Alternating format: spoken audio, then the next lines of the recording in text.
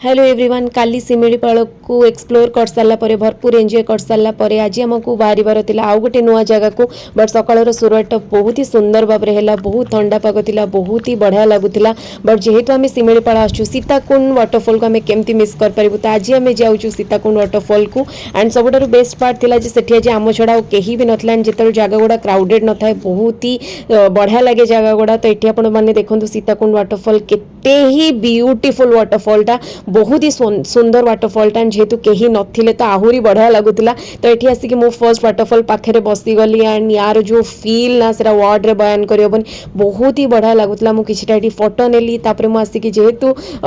cooler पानी पाखे बसीगली तो ये खेल लगिगली एत बढ़िया लगुला से जो साउंडटा से जो कुलकुल नादटा बहुत बढ़िया लगुला एंड एत ठंडा ठंडा पानी थिला क्रिस्टल क्लियर पानी थिला तो किए बा छाड़ी जीव तो मुझे किसी समय बसीगली तापर ये गोटे बहुत ही सुंदर पॉइंट था जोटि कि मुझे 2 मिनिट बसती किसी फोटो उठेली